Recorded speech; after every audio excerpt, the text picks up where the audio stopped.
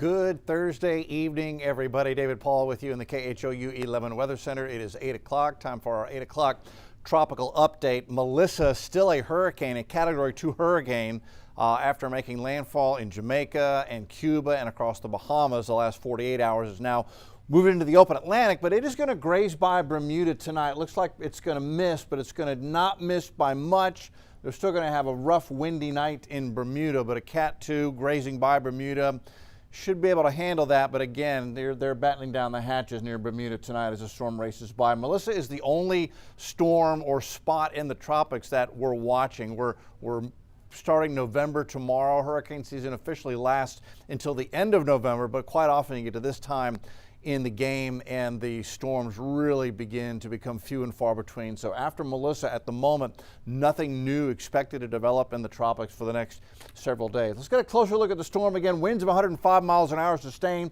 making it a Cat 2. And you can see that the storm no longer has an eye. It's being ripped apart even as we speak. What's happening is the center is actually right here. It's exposed, and the upper level winds that it's caught up in are ripping it apart and racing the circulation off to the northeast very quickly. Closer view, and you can see what I've done here is I put in, that's the circulation. There's the center of the storm. It's exposed.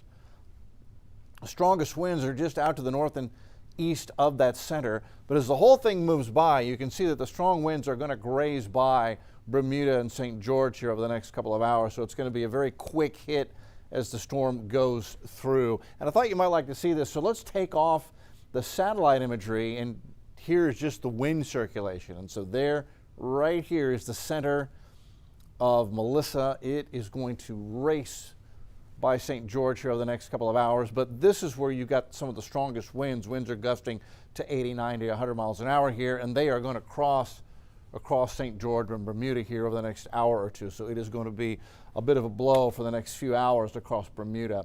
Here is the forecast track from the Hurricane Center.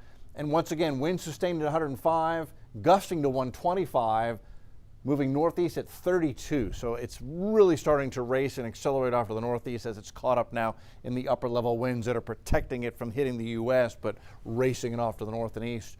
Pressure at 970 millibars. So there's the storm right now. Again, the center is exposed from all of the deep convection, and it races northeast and passes by the center here by Bermuda here as we get through the next couple of hours. But again, even on that distance away, they're going to be grazed by some of the strong winds on the east side of that circulation, or the dirty side of that circulation.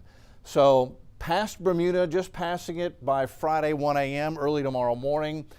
By tomorrow afternoon, the storm is here off the coast of Nova Scotia, racing northeast, and that track will continue as it moves into the cooler waters of the North Atlantic. 70-mile-an-hour tropical storm, and losing its tropical characteristics as we get into the coming weekend. But I thought this was interesting to look at. This circulation keeps going and will eventually bring wind and rain to Iceland as we head into early next week. Melissa has been quite a storm. Cat 5, one of 4 majors this year. The other ones being Umberto, Gabrielle, and Aaron. All of those missed major populations, missed land. Melissa did not. Melissa is going to go down as the tied for the strongest hurricane that we know of to ever make landfall in the Atlantic Basin, tied with the 1935 Labor Day hurricane that hit the upper Florida Keys.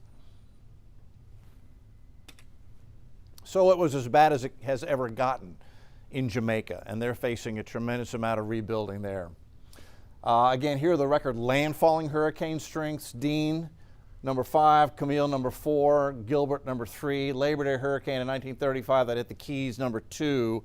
And actually it's 1 and 2 because, again, these two are tied for number 1. Melissa and the Labor Day hurricane both had the same minimal central pressure, both the same winds, 185-mile-an-hour sustained winds at landfall.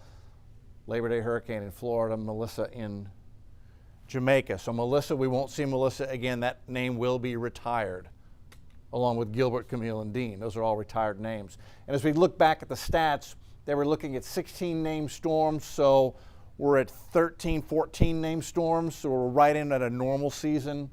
They were looking at 8 hurricanes you know, what have we had? We didn't make 8 hurricanes. 1, 2, 3, 4, so 5 hurricanes.